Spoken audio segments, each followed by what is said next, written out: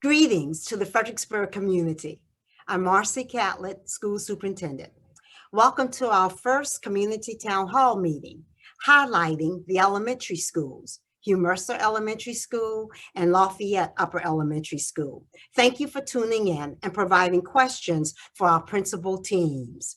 On behalf of the school board and the staff, we appreciate your patience, your support, and assistance as we continue to provide quality educational services to the children in our community. Thank you. Good evening, everyone. My name is Andrea Bumbry, and I am the Director of Elementary Education in Fredericksburg City Schools, and I will be your facilitator this evening.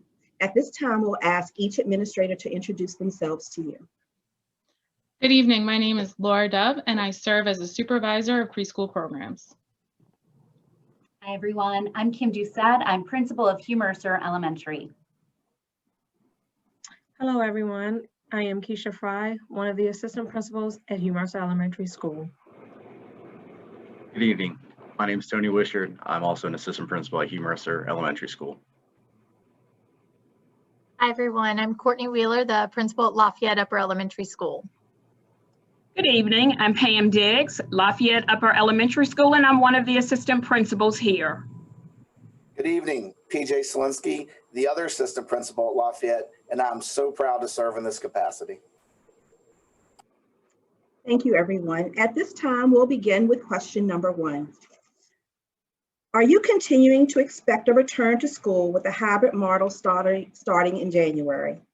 All of the health data indicates that we have a greater amount of community spread now, even before holiday travel and gatherings, than at other points since the decision was made to close schools in March. If so, how can you guarantee all individuals present will be wearing masks properly and maintaining proper distancing? Will safety rule violators be immediately removed? Mr. Wishart, if you could answer that for us, please. Sure, I'd be glad to. First, students are expected to wear face coverings in school, wash hands, and also social distance. These face coverings should cover their nose and their mouth. We're working with counselors, teachers, and administration to help shape this practice with our students. Kids are building stamina and doing a great job so far.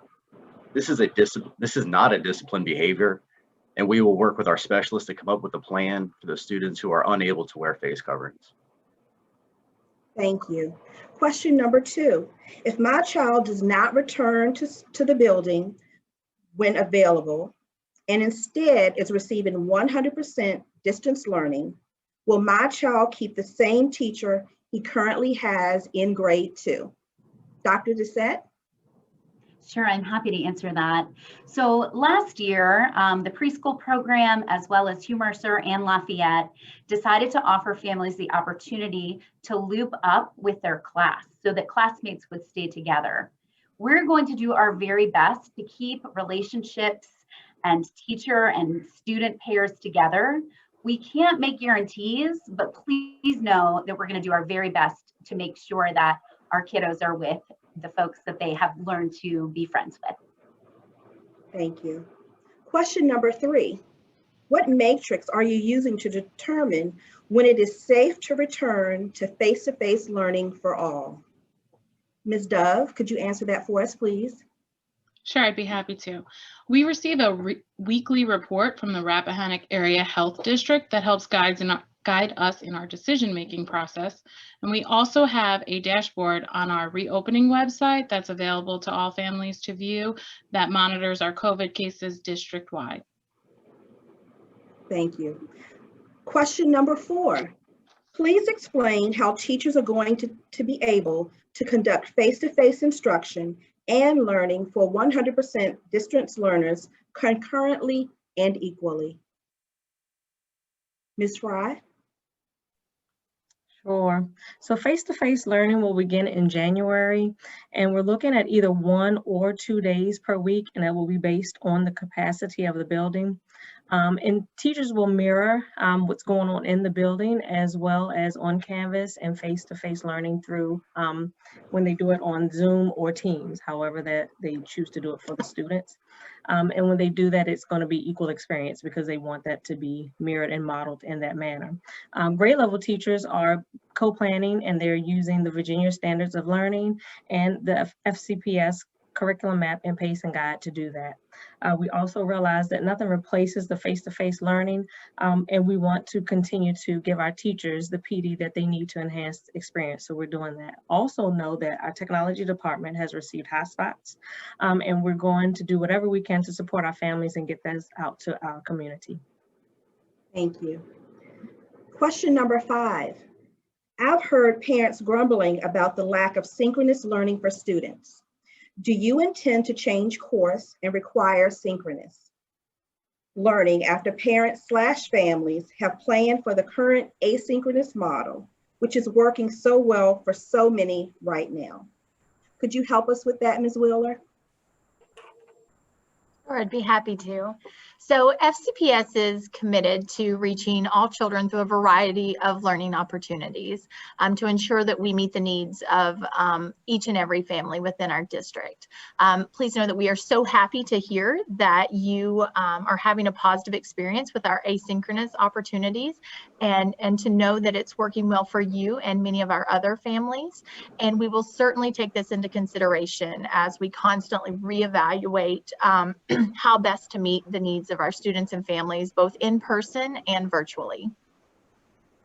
Thank you. Question number 6. Why are we rushing to get children back in school when the number of cases are spiking? Mr. Solinsky? Yes, ma'am. First and foremost, please know your child's safety is always, always our #1 priority. With that said, we also acknowledge that there is no substitute for a teacher being in front of your children on a daily basis. Although we are providing students with an opportunity to return, please realize this is not required. If for whatever reason parents are not comfortable with their children returning to school, please know that that is totally understandable. We get it, we understand. Also, please know that ongoing, we are always taking a look at the cases being provided by the Rappahannock Area Health District.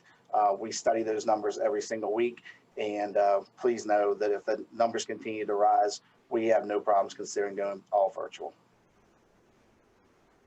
Thank you. Question number 7. I think that the connection between students and teachers would be better served if each teacher created all of the videos for their own class. I see my own daughter perk up when her teacher is presenting this video.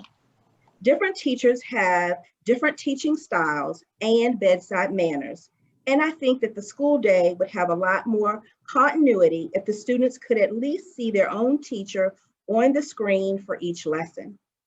I know that teachers do have their hands full with the face-to-face students that they have in their class, but nevertheless, I think it would make a big difference in how our kids come out of this school year if they felt that they are actually were engaged on a class.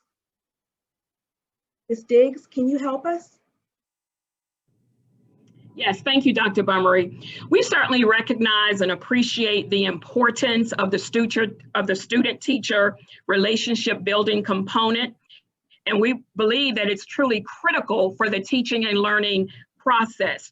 Please know that our teachers work very hard in developing and implementing those asynchronous learning opportunities as well as the live teaching experiences as well, because our goal is truly to make each and every student feel a part of his or her classroom environment. Thank you, Ms. Diggs. Question number 8. At the elementary school level, what is the hybrid model going to look like in action? Can you articulate what you expect to be happening on the days that students are present in the classroom? Will it be reviewing what is already covered in Canvas? I'm trying to decide if the risk is worth the reward in order to answer if I intend to send my child into the classroom. Ms. Wheeler? Sure. So FCPS students will be offered a virtual experience, which mirrors our in-class experience to be sure that all of our students receive a high-quality instructional experience throughout the day. And this is regardless of their family's choice. And I know this echoes what Mrs. Fry had spoke to earlier. So this certainly, they will have an experience that mirrors their in-class experience on campus. Thank you, Ms. Wheeler. Question number 9. I'm wondering why kids haven't had their school pictures done. Social distancing can be done while taking pictures. Ms. Dove? Sure. Of course, it can be done, and the administrative teams are working hard with photography companies right now to make sure that we can make this happen, and the information will be forthcoming very shortly. And we just wanted to note that the high school is currently doing this and doing it safely, so we know it can happen. Thank you, Ms. Dove. Question number 10. Is there a possibility of more synchronous time with students during the day? Dr. Doucette, could you help us with that? Sure. Our principal teams are exploring additional opportunities for synchronous instruction for students. At this time, all of our preschool programs offer at least one live teaching experience each week. And K-5 students have recently started live teaching 4 times a week in both reading and math. We'll continue to work together to add additional sessions to include enrichment as well as intervention opportunities. Thank you. Number 11. Can the school board vote to extend the winter break to allow students, staff, and parents a chance to mentally and emotionally reset? Mr. Solinsky? Yes, ma'am. Please know that we are constantly addressing and assessing this topic. We will always do what is best for children, not only from an instructional standpoint, but obviously keeping their safety in mind. As I said earlier, please know that going all virtual could possibly become an option if the Rappahannock Area Health District deems that to be so. Thank you. Question number 12. Would the district consider sending ELL, homeless, IEP 504, and K2 or K3 back on a 3 or 4 day a week basis, instead sending everyone back for 1 3-hour day in January? Ms. Diggs? Yes, ma'am. Our school division continues to explore and revisit opportunities to support learning opportunities for all of our students. Due to staff challenges and maintaining proper social distancing protocol, at this time it's not possible to bring all of our students back at once. However, I would like to share that our students in our functional skills classrooms and our autism support classrooms will continue, though, to report 4 times a week. Question number 13. Many of the afternoon Zooms for both synchronous learning and non-synchronous learning overlap with the lunch pickup schedule. Is there a way to reschedule Zooms in a way that allows students who need to get lunch from the lunch stop/trucks to do so? Mr. Wishart. Sure, I'll take this one. Unfortunately, at this time, we don't have a solution, but we do understand this is a challenge. If your child is missing something, whether it's a meal or anything else, we encourage you to take part in the asynchronous learning opportunities.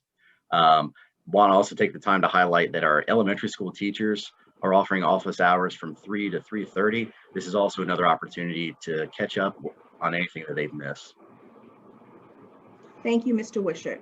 Question number 14.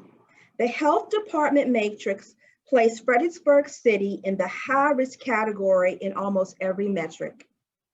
A state of affairs that recommend be a reason to move to virtual learning. So why are we not following that guidance? Ms. Fry, could you help us with that question, please? Certainly, Dr. Montgomery. We are constantly monitoring the Virginia Department of Health website and dashboard. And in no way, shape, or form are we health professionals. And we're taking the advice of the health department. Please know and understand that your child's safety and health is in utmost importance to us, and we will do everything to be sure that they are safe at all times. Please go to our website and look at the reopening section on our page, and the website for the dashboard, for the Virginia Department of Health will be there, and you can look and monitor that there as well. This concludes our elementary community town hall. Thanks to everyone who submitted questions and participated this evening. We appreciate your continued support and feedback. And guess what? We'll have another town hall on December 17th, so please mark your calendars.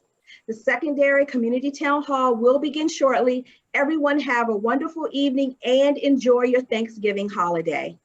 See you soon. Have a great Thanksgiving.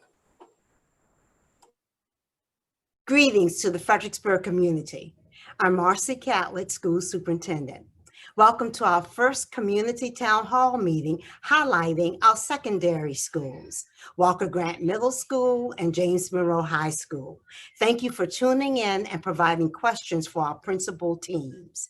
On behalf of the school board and the staff, we appreciate your support, patience, and assistance as we continue to provide quality educational services to the children in this community. Thank you. Welcome. I'm Sonia Walsh. I'm the Director of Secondary Education, and I will be the facilitator this afternoon for Fredericksburg City Public Schools Secondary Schools Town Hall today. We will begin with introductions of our panel this afternoon, starting with Walker Grant Middle School. Hi, I'm Jessica Newsom, Principal of Walker Grant. Hi, I'm Keisha Keels, one of the assistant principals here at Walker Grant Middle School. Hello, I'm Stephen Ventura, the other assistant principal at Walker Grant Middle School.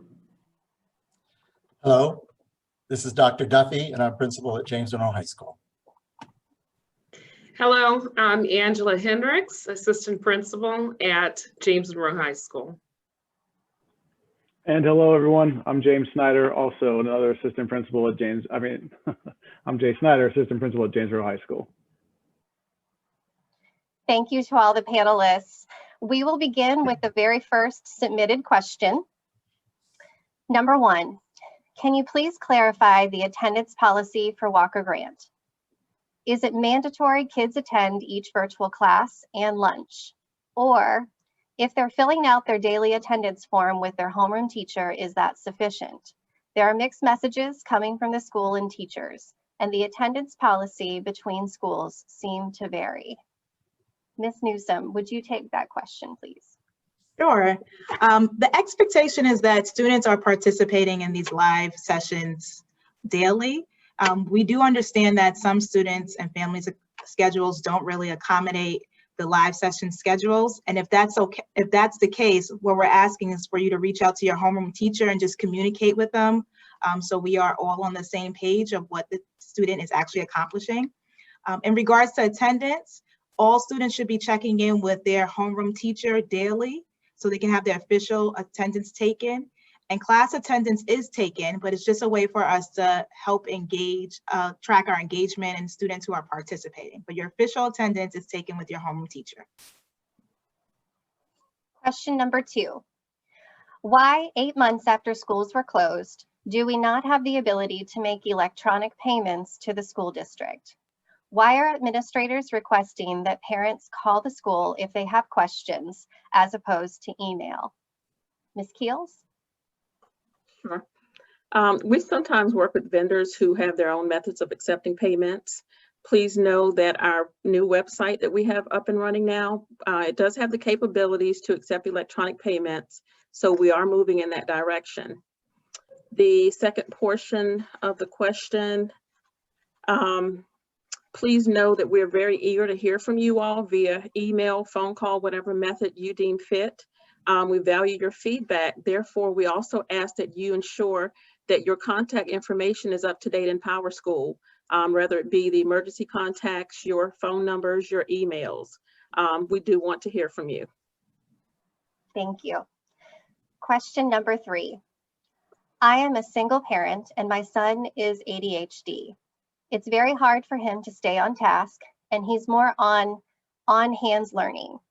Do you know when the schools will open to the public? Mr. Ventura.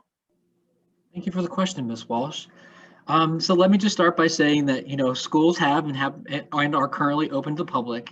And as of November 5th, we've invited all of our ELL, students with special needs, and students with 504s back into the high schools and middle schools to support their unique learning needs. Additionally, please know that James Monroe High School and Walker Grant, we're both expanding the number of students who can return to school as safety permits. And of course, safety will determine how we reopen here in January. And we're constantly reassessing that to ensure our staff and students are safe while collaborating together.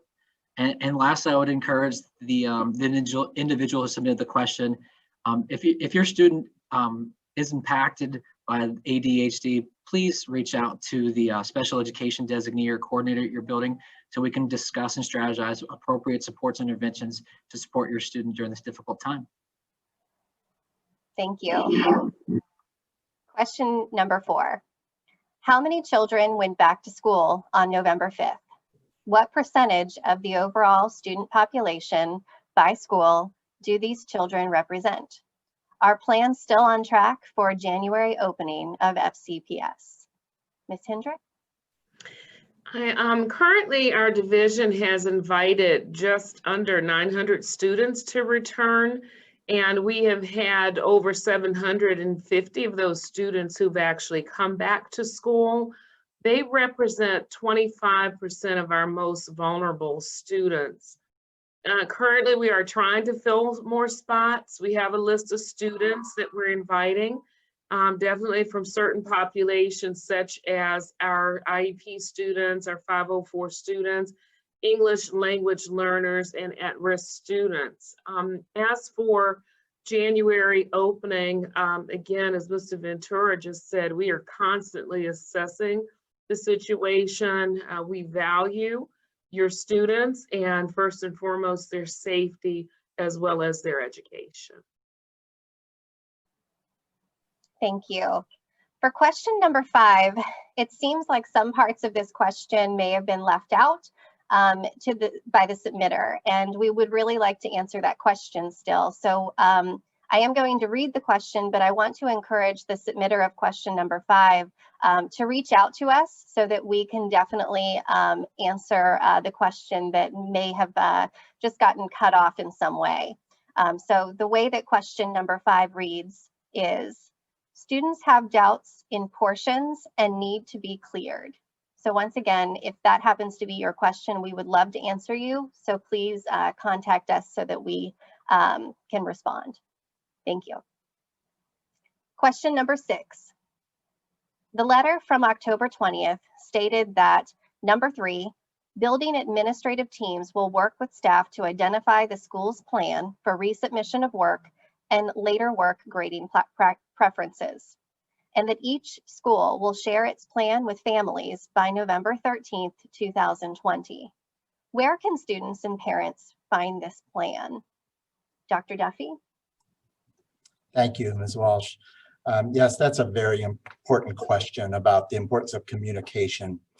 And so we have worked hard to try to find ways to make sure that we get this information to parents in an effective way. So again, a really important question, a really important topic. I will say that a lot of the information that the secondary schools have shared has been through principals' newsletters. And that's not always the easiest click to find on the web page. So do know that we are working on ways to provide a more obvious place on our web page to get information like that. And I just want to emphasize, we have made significant changes in our school policies and practices because of the important questions that families have raised. And so again, I want to emphasize on behalf of our administrative team that the kinds of questions and concerns families have shared have really helped to make us be more successful this year. So all the more reason that we try to make sure that you get the information you need. We have, as I said, made changes like there are no more zeros. Students never receive a grade lower than a 50 for both middle school and high school. This information is shared in the newsletters, but we are looking to share that information in a more accessible way on our webpage. Another example is that we have come up with different ways that students are allowed to resubmit work too. Probably the biggest example is that no work submitted during the entire first semester will receive any kind of late penalties. And we, as I said, will work on ways to make that known throughout the division and the community. You'll notice that when you go to James Monroe's page, for example, that there is a pop-up message that comes up that explains the virtual class meeting schedule. And that's the kind of way that we're going to try to share more pertinent information like this. So look for information about resubmission and grading preferences being more prominently displayed on our communications. Thank you. Thank you, Dr. Duffy. Question number 7. The attendance policy for WGMS is a bit unclear to me. Are students required to attend each synchronous learning period? Or if they fill out the attendance form with their homeroom teachers, is that enough for that day and absences in the individual classes will not count against them, as with James Monroe? Mr. Schneider. Sorry, I had to unmute myself there. And thank you, Ms. Walsh. Yeah, I think I can help out with that, and based on what Ms. Newsome said as well, because I know that at James Monroe, we're getting the same questions. And so hopefully I can help out with both what Ms. Newsome said for Walker Grant, because it parallels here at the high school. So yes, the homeroom is what counts. So the homeroom is the official attendance, so that if they are filling out the form at Walker Grant or notifying their homeroom teacher in some capacity, same here at the high school, if they're notifying their homeroom teacher, that is their official attendance for the day. Whereas we have not required attendance in the synchronous or Zoom meetings, the blended learning meetings. We strongly encourage them to, but as Ms. Newsome pointed out, we're using that information when we do take attendance to kind of measure the level of engagement, how many kids are coming and taking this opportunity with the class meetings. So to state it again, homeroom is what counts and the class meetings is for engagement. Thank you, Mr. Schneider. Question number 8 reads, trying to help my 6th grader understand time management to juggle different assignments and deadlines would have been challenging in person this year, but the pandemic certainly makes it worse. We've experienced inconsistency with the way teachers upload new content and when, organize and schedule it, message about new laps or not. Consequently, I spend a lot of time helping to create a schedule for her. It requires me to toggle between the modules and the calendar, her login and my login, to see what has actually been completed. I feel like as soon as I get a handle on it, something else changes, and especially now with synchronous learning. Is there an effort being made for some standardization? It shouldn't be this complicated or taxing to coordinate the work across these various components. I appreciate all the support and feedback I receive from teachers, but it must be just as taxing on them. Thank you. Dr. Duffy, would you take that one? I will, Ms. Walsh, thank you. First, I want to go back to my previous answer about communication. And one of the things parents can do to help facilitate the communication between schools and families is to update information in PowerSchool. So I encourage every family to double check their information in PowerSchool to make sure we have the right phone number and email, and that will help us.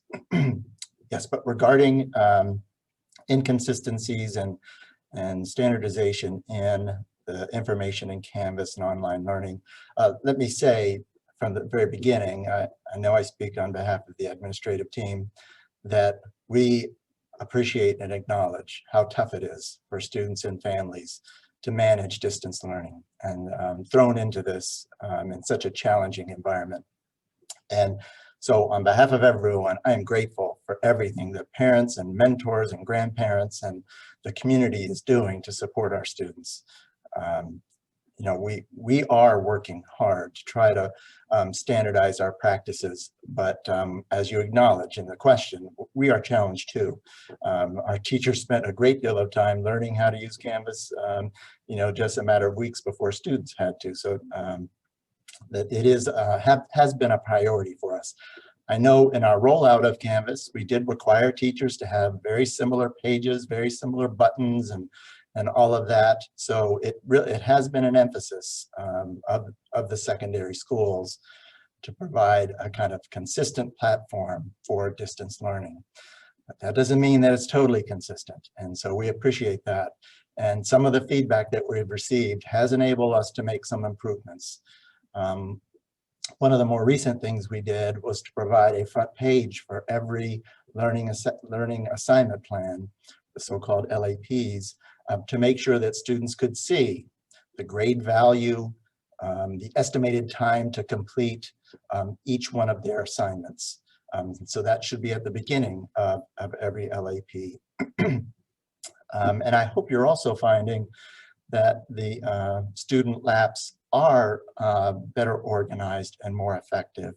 And so we certainly are working on that. But I will say, though, that issues do come up. Sometimes things in Canvas are working and sometimes they're not. But your request that there be more regularized screens in Canvas is well taken, and we will continue to work hard to make sure that the student and parent experience are as high a quality as they can be.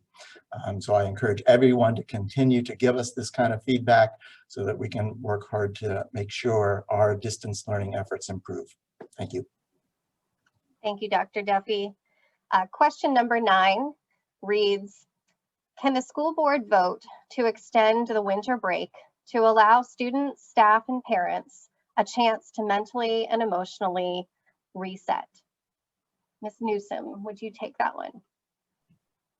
That would be considered a calendar change. That would have to be done by the school board, and we are continuously assessing to make sure that we put instruction and safety first. So every day we are assessing the situation and making decisions based on safety. Thank you. Thank you. Question number 10. Would the district consider sending ELL, homeless, IEP, 504, and K2 or K3 back on a 3 or 4 day a week basis instead of sending everyone back for 1 3-hour day in January? Mr. Ventura, would you mind taking that question? My pleasure. So please be aware we are and we will continue to service students who work in our functional and autism classrooms on site 4 days a week as we continue to move forward into January of 2021. Of course, our goal is to bring back as many students as we can. We need that energy. We love working with our students, and it's a great breath of fresh air. But please know that we're prioritizing staff and safety of our students at the same time. So that's kind of the balance that we're working with together as we're making some of these tough decisions. But again, like it was reiterated before, we're shape-shifting and pivoting as needed to prioritize safety of those students, and our most vulnerable or at-risk students we're to continue to service as we can. And an additional factor to keep in mind is as things change, staffing becomes a factor as well of how we effectively staff and support our students when in-house to keep them engaged. Thanks. Thank you. Question number 11. Many of the afternoon Zooms for both synchronous learning and non-synchronous learning overlap with the lunch pickup schedule. Is there a way to reschedule Zooms in a way that allows students who need to get lunch from the lunch stops or trucks to do so? Ms. Hendricks. Okay, I'll be happy to answer that. First of all, I'd like to acknowledge the burden that conflict in the schedule does create. The division has expanded its meal program now that we have students face-to-face. So we're using the same staff to accommodate those students in the building twice a day. I would just say that if your student is missing any portion of the synchronous session, to please have the student reach out to his or her teacher for any extra assistance. As we prepare for January, we will definitely consider how we can address this conflict, and definitely have a willingness to brainstorm some ideas, but we will continue to work through such issues. Thank you. Our last question, question 12.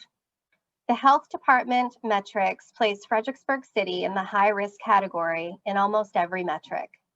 A state of affairs that they recommend to be a reason to move to virtual learning. So why are we not following that? Mr. Schneider. Thank you, Ms. Walsh. So we do have a lot of transparency for families and the community to see the same things that we are getting as our information as well. So first off, I encourage families to go if they haven't noticed, and the updates that we've sent out. We do now have a COVID dashboard on our website that shares the same information that we're getting from the state and the health departments. So that information is there for what we and our decision making process is using the same thing. So you can have that same information in front of you to look at as well, to help kind of show you what we're looking at as well. We do constantly monitor that. We are in constant contact and getting feedback from the local health department and following their guidelines, as well as the guidelines that are driven by the state and other education departments that govern some of the decision making that we have to make. But as is echoed by my colleagues, especially Ms. Newsom, Ms. Hendricks, and Mr. Ventura, is that we will always put the safety and health of our students, our staff, and our community ahead of the academic needs in this current situation. So as that information comes to us and it prioritizes, again, the health and safety of all our community members, we'll always put that first and foremost, in our decision-making process. Thank you, Mr. Schneider. As I previously said, that was our last question. So I want to take this time and just thank each of the panelists for taking the time today to answer each one of these questions. And then I'd also like to thank the community for submitting them. We really appreciate each and every question that has been submitted, and we encourage you to keep submitting them. We will have another town hall in this same format on December 17th. And it will air on Facebook at 5:30, just like this one. And it will start with the elementary team answering questions and followed by the secondary team once again. So I really want to say that I am giving a sincere thank you to all of you on the panel, all of you in the community that are cheerleading us through this. And please keep up the communication so that we can continue to provide excellent education to all of the kids in Fredericksburg. Thank you. Thank you.